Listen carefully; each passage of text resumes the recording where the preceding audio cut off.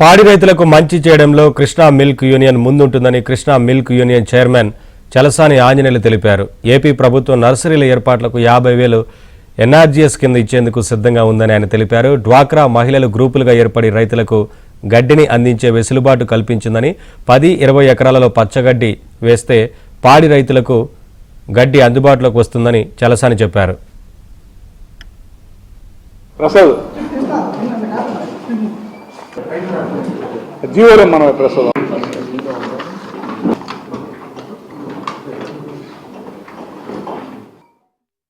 ప్రతి గ్రామంలో 2 గేదెలు ఉన్న వారికి 25 సెంట్లు, 4 గేదెలు ఉన్న వారికి 50 సెంట్లు, ఇంకా ఎక్కువ గేదెలుంటే ఎకరం వరకు భూములు కేటాయించి గడ్డిని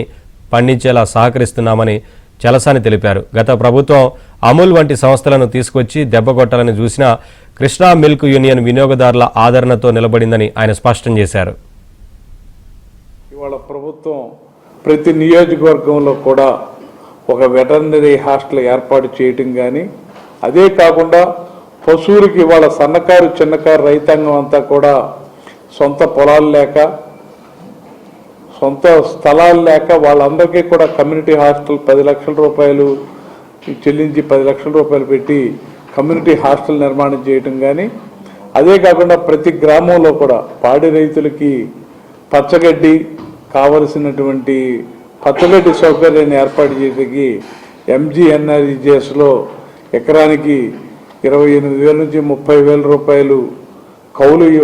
వాళ్ళకి కావలసినటువంటి ఖర్చులన్నిటి కూడా సాగు నిమిత్తం 30,000 రూపాయలు ఇవ్వటం కానీ, అదే కాకుండా నర్సరీ ఏర్పాట్లకు కూడా గడ్డి పెంచుకోవడానికి కావలసిన నర్సరీ ఏర్పాట్లకు కూడా 50,000 రూపాయలకి ఇవ్వడానికి ఎన్ఆర్జీఎస్ ద్వారా ప్రభుత్వం సిద్ధమవటం, తద్వారా గ్రామాల్లో సన్నకారు చిన్నకారు రైతులందరూ కూడా సెంటు 600-700 చేసి బయట కొనుక్కునేటువంటి పరిస్థితుల్లో ఇవాళ అందరూ కూడా ఇవాళ కమ్యూనిటీ ఇవాళ 10 మంది కలిపి ఎన్ఆర్జీఎస్ ఏదైతే ప్రభుత్వం మహిళల్ని పారిశ్రామికవేత్తలు చేస్తారు అనేదానికి ఇది ఒక